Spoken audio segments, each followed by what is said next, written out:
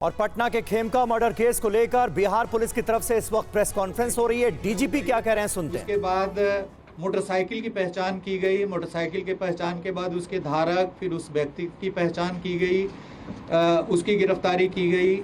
उससे पूछताछ के बाद अन्य आयामों को इस पे उद्घाटित किया गया है। इस संबंध में जो घटनाएं हुई है, ये पूरे इस गोपाल खेमका जी की हत्या के परिप्रेक्ष्य में, इसके संबंध में पटना सीनियर एसपी आपको विस्तार से अभी बताएंगे कि किस प्रकार से इन्होंने किया है।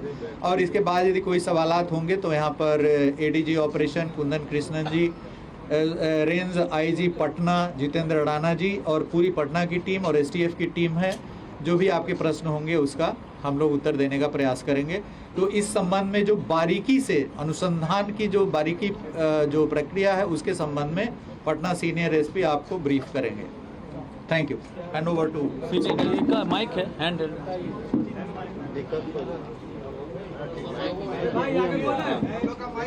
वो यही है सर,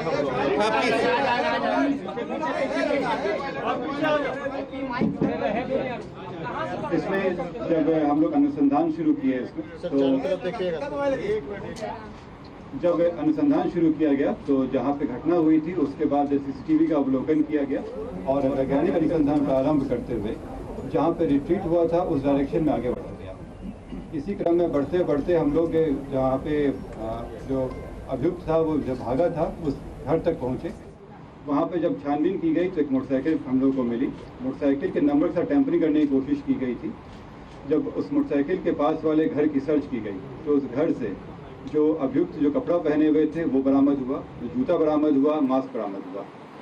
उस घर में जो व्यक्ति थे उनको लाया गया पूछताछ करने के लिए। उनका नाम उमेश यादव।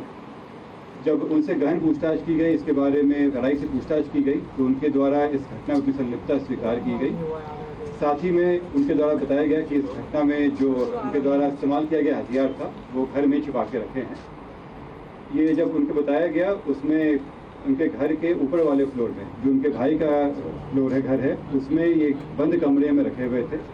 उस जगह की जब छानबीन की गई तो इनके घर से 59 राउंड गोलियां बरामद हुई। 56 राउंड 7.6 का था और 3 गोली 9mm का था। उसके अलावा जब घटना में जो इस्तेमाल हथियार था उसके साथ 2 मैगजीन मिला जिसमें 14 राउंड गोलियां थी। इसके बाद जब इनसे और पूछताछ की गई तो बताया ये कि अशोक साव का नाम लिए, ये इनको करीब 1.5 साल से जानते थे। दोनों ही बिहार शरीफ के थे और एक शादी के फंक्शन में मिले थे। तब से ये उनके लिए छोटा मोटा काम करते थे। करीब 1.5 महीना पहले इस षड्यंत्र को रचा गया था और इसमें इनको पहले लाया गया था कि ये शूटर और हथियार को इंतजाम करे।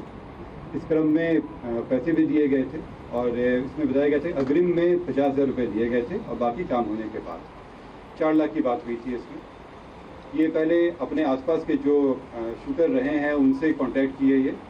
उसी क्रम में इनके इलाके में रहने वाले विकास उस राजा से मुलाकात हुई। इसमें उनसे सेटिंग करने की कोशिश की गई। राजा के द्वारा जो डिमांड किया गया था तो इनको लगा कि इससे अच्छा ये स्वयं ही ये घटना कर ले और इसलिए ये हथियार जो इनको अशोक साव जी के द्वारा ही दिया गया था वो हथियार लिए और अशोक साव के द्वारा इनको उनके दिनचर्या के बारे में बताया गया। ये एक रेगुलर था कि वो 8 बजे के आसपास बांकीपुर क्लब जाते थे और वहाँ से करीब 11:30 बजे के आसपास वो स्वयं अपनी गाड़ी को ड्राइव करते हुए आते थे। क्लब से नॉर्मली उनके एक दोस्त भी आते थे जिनको एक बाकरगंज मोड़ पर ये उतार देते थे।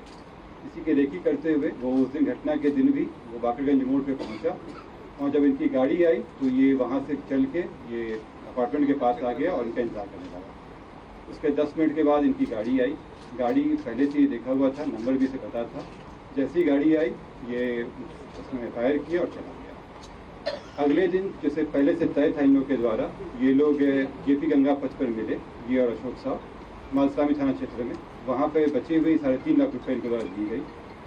इसमें खास बात यह है कि इसमें आपस में बातचीत करने के लिए मोबाइल खरीदा गया था और सिम भी उमेश यादव के नाम से ही खरीदी गई थी ताकि अशोक साव का नाम नहीं आ सके। और जब ये पैसे दिए गए तो मोबाइल उन्होंने वापस कर दिया लेकिन सिम वापस नहीं किया था इसमें। जब इसमें अशोक साव के घर पे छापेमारी की गई तो उनके यहाँ भारी मात्रा में ज़मीन के कागजात मिले। साथ में एक 9 mm का बरेटा उनका पिस्टल मिला, उसमें 17 राउंड गोलियां मिली इसमें, और इसमें कई जो कागजात मिले हैं उनका निष्पादन किया जा रहा है। जो अभी शुरुआती पूछताछ में जो बताया गया है, इसमें बताया गया है कि इन लोगों के बीच में व्यापारिक संबंधों में खटास आ गई थी। ज़मीन के कारोबार में भी बताया जा रहा है, लेकिन अभी अंडर इन्वेस्टिगेशन है। जो रैंसम का जो अमाउंट मिला रिकवर हुआ, इसमें जो उमेश यादव है उनके पास से करीब 3,65,000 और जो अशोक साहब हैं इनके घर से 6.5 लाख रुपए कैश बरामद किए। जेल से क्या कनेक्शन मिला?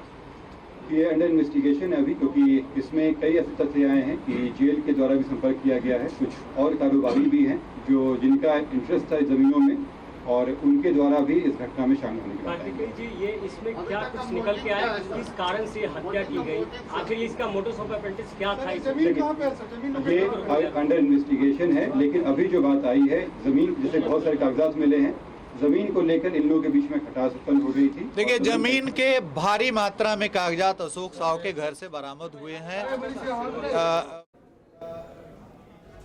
तो देखिए, पटना पुलिस या कहें बिहार पुलिस प्रेस कॉन्फ्रेंस करके बताती हुई कि गोपाल खेमका का मर्डर किसने किया, इसके पीछे क्या कारण थे, और जमीन का मामला था और कारोबारी रिश्ते खराब हो चुके थे जिसकी वजह से गोपाल खेमका की हत्या की गई और 4 लाख रुपए उसके लिए शूटर को दिए गए।